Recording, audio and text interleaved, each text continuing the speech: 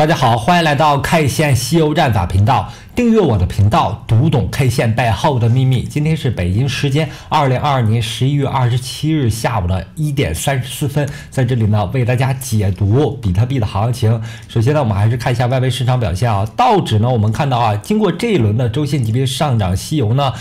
它已经上涨了20.26%，但是我们看到了本轮行情当中，比特币一直处在一个下跌的趋势当中啊。当然了，我们看到最近几个交易日是略有反弹，但是反弹依然动力不足。我们看到了本轮行情的发动引擎呢是11月8日的这根下跌阴线啊，这根下跌阴线呢，我们管它叫悟空阴线啊。悟空阴线走出来之后走8节阴线，那么后面的行情当中，我们就有沙僧阴线和唐僧阴线的这样的一个预期，最终呢会完成一个日线级别的下跌西游。日线级别下跌西游走出来之后，我们会有它继续下跌走周线级别下跌西游的预期啊，最终的行情走完周线级别下跌西游会到达我们给出的目标点位啊10500附近。那么最近几个交易日啊，以太坊啊出现了一波小幅的反弹，我为什么仍然看空不看多呢？原因就是在这里面，我们看到了啊，本轮行情当中啊，在日线级别上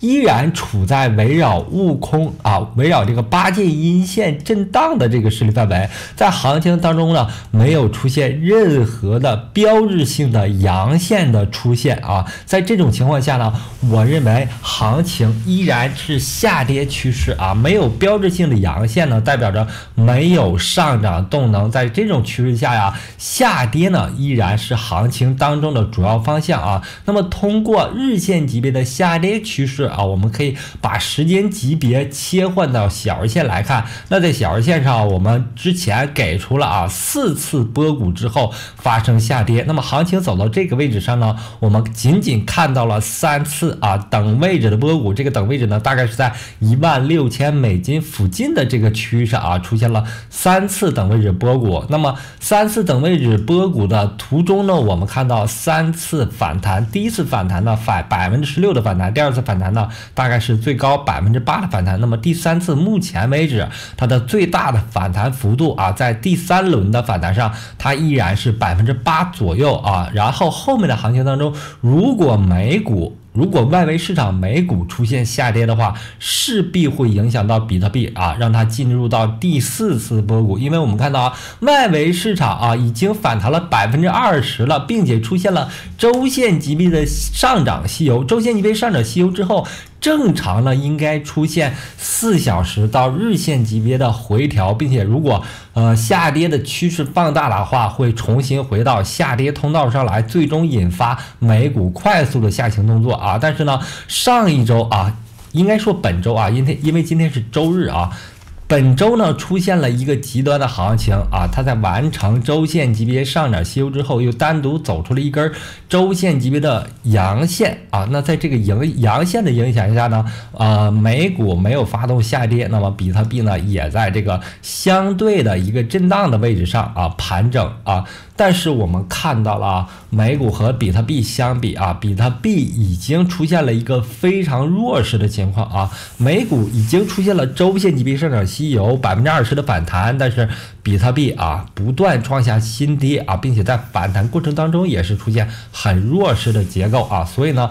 对于比特币来说它的下跌呢依然在继续直到行情当中我们会看到到达$16000附近形成第4次波谷之后会有一个不断创下新低的过程这是在下周行情当中会能够看到的。然后大家最感兴趣的是一个以太坊的反弹。那么在这轮行情当中，以太坊确实相对比特币出现了一定的反弹。原因在哪儿呢？原因就在这个位置上就是我们看到的以太坊对比特币的它的一个交易对的反弹在这个交易对上，我们看到了一个支撑线这个支撑线大概是在0.08附近。这个支撑线是哪儿来的呢？我们看到是行情当中从去年5月份21年5月份波峰连线连过来的，连过来之后通过焦点然后在0.08附近构成了一个支撑，行情出现下跌之后到达0.08附近之后开始反弹，反弹过程当中目前呢它的这个价格已经接近了压力线它突破了第一条波峰连线之后压力线之后目前正在接近波谷连线啊，通过焦点之后的这个压力，所以呢，后面的反弹，我认为以太坊对比特币的反弹呢，在日线级别上已经接近尾声，所以呢，后面的行情当中是看空以太坊对比特币的交易对的。同时呢，日线级别我们分析完了之后，我们看到周线级别上啊，以太坊和比特币的交易对啊，在9月份的这个时候就出现了周线级别的悟空阴线，在这个悟空阴线影响下呢，后面的所有震荡呢都是干扰性的 K 线，也就是说对这根阴线的一个干扰啊，这根阴线呢，后面的这些妖怪 K 线呢，对我们对空头行情起到了一定的干扰性作用啊。在接下来的行情当中，我会认为啊，以太坊对比特币的交易对会有八节阴线、沙僧阴线、唐僧阴线，因为标志性的悟空阴线已经产生了啊，后面就会有接下来的下跌啊，接下来的下跌。那么所以呢，我们看啊，以太坊对比特币的交易对它是处于一个整体来说下跌趋势的。然后我们回到以太坊对 USDT 的交易对上啊，我们看到这轮行情它的反弹呢，首先是在这个箱体整理过程当中然后依次突破了几层阻力位这几层阻力位呢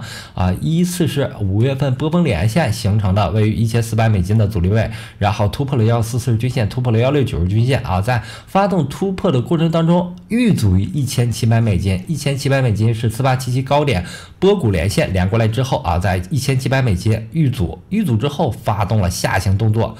我们看第一根标志性的阴线呢是在这里，标志性阴线出现之后走8节阴线。8节阴线出现之后开始震荡反弹，但是我们看到整体的震荡和反弹呢都在这个5月份波峰连线和波谷连线构成的这个收敛三角形当中所以呢目前仍然处在一个震荡的过程，并且在接近焦点的这个位置上，我认为行情会出现一个大的变盘动作因为我们知道接近焦点的位置越接近焦点的位置越容易发生变盘。那么我们看到了行情当中，目前呢在底部位置上已经连续出现了4次的位于1100美金的等位置的波谷这个等位置波谷位于1100美金，所以呢我们判断很快呢以太坊就会不断创下新低，所以呢即使目前有日线级别的相对来说微弱的反弹但是我们依然保持看空的一个方向。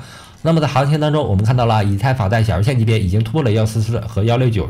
它的小日线的均线系统，那么上方呢存在阻力位1250这个阻力区间，这个阻力线呢是由这个5月份波峰连过来的。那么在4小时级别上呢，我们看到4小时级别的144均线和169均线正在不断的下移。那么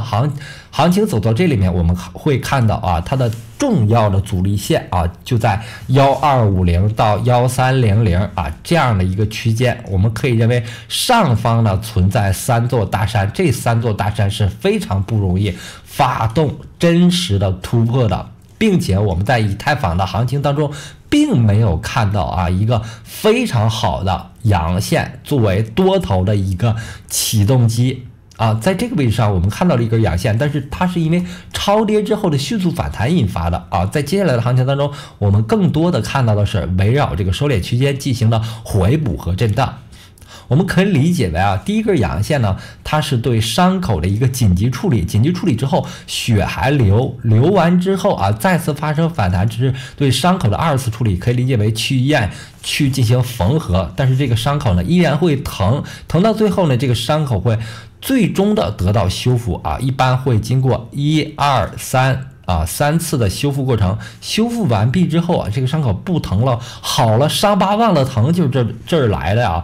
所以呢，到最后行情对缺口回补完毕之后，会重新走出它既定的方向。最终的趋势。那么我们在周线级别上可以看到周线级别上8月份这块有一个悟空阴线，后面走8节阴线组。那么目前行情正在周线级别上以太坊的行情正在周线级别上走这个沙僧阴线沙僧阴线呢代表了我们的人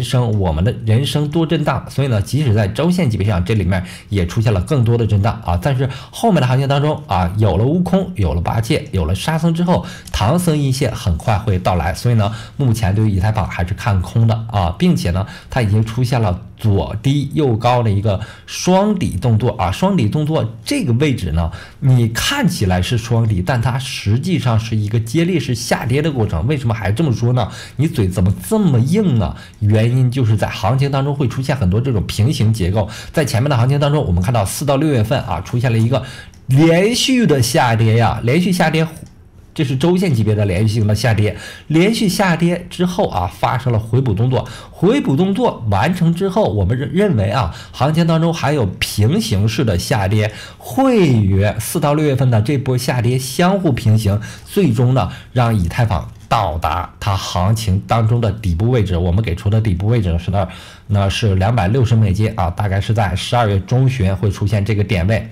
会出现这个点位，即使不到这个点位，我们在12月中旬以后啊，也会缓慢的布局我们的现货仓位啊。那么行情走到这儿呢，依然是在周线级别、日线级别上相对来说看空的啊，所以呢，我们正在积极的布局空单。布局空单的同时呢，也要设置止损，并且呢分仓进场。我们刚才给出了几个进场的一个重要的提示啊，不知道大家伙听没听清啊？就是在4小时级别上，目前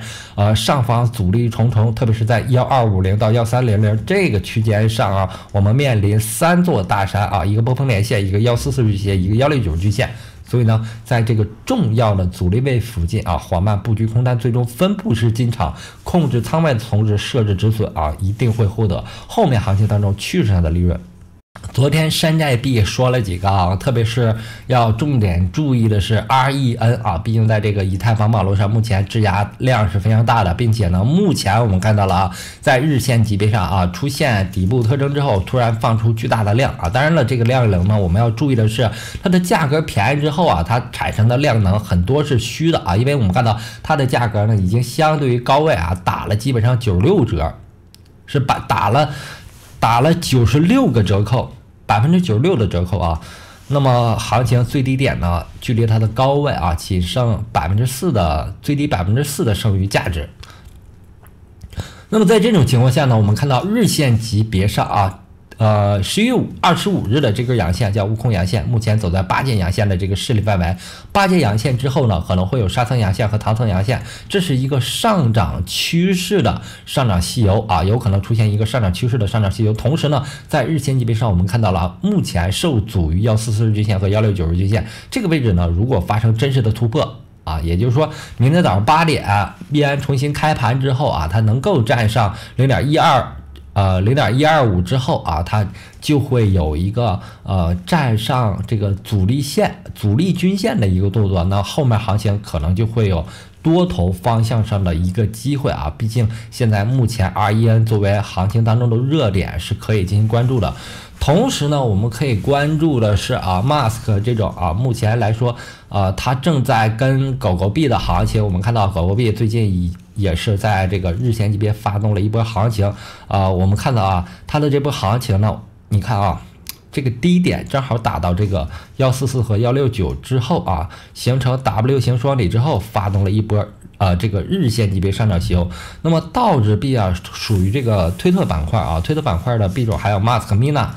这种，所以呢，在这种行情下，我们看到经历了一波上涨之后出现了第一次回补目前是第二次回补过程，在日线级别和4小时级别上出现了一个收敛三角形，在这个收敛三角形接近交易点的这个位置上发动突破同时呢，我们看到 Mina 这个是突破之后，如果能站上3.3美金也就是这个位置3.3美金，它是4小时级别169日均线和140日均线的一个交汇的这个位置如果能站上这里呢，这个位置上的话它有可能发动一波行情。这个行情呢，我们看到已经看到了一个日线级别的标志性的阴线这个是一个真正的标志性的阴线，也叫悟空阴线因为它站上了一个下跌的趋势站上了一个震荡的趋势，独立的一根阳线之后这3根阳线叫悟空阳线组。那么后面行情当中可能会发动一波日线级别上涨细游，那它可能形成一个双顶之后再回到和比特币和以太坊的一个下跌过程当中来。总体来说呢，当前的对于山寨币的行情来说，是因为比特币在震荡过程当中，我们看到比特币已经震荡10个交易日了，10个交易日的震荡过程当中，为山寨币打开了一个多头的窗口啊。那如果比特币发动崩盘的话，那么这些多头的对于山寨币的窗口势必要关闭，所以呢要珍惜这段时间比特币震荡的时间很多有一些动能非常强的热点受到关注的山寨币种会受到资金方面的关照从而走出一轮行情所以呢你要关注当前热点的轮动并且呢实时跟踪比特币的一个走势比特币是一切山寨币的祖宗根源可以说是一个开关。比特币的这个开关呢，在它震荡过程当中会给很多山寨打开上涨之门，打开上涨的机会。比特币这个如果发生快速下跌的话所有山寨呢都会要跟随下跌这一点呢一定要记住。那么好，由于今天是周日的关系所以今天录的时间稍微短一点那么对我 K 线稀有战法感兴趣的朋友们，可以在淘宝网、当当网或者我 YouTube 主页右上方的这个链接上购买我的这本同名书籍。同时非常感谢大家一直以来的支持和关注希望大家能够订阅我的频道，加入我的 Telegram 群或者 VIP 群，感谢大家，再见。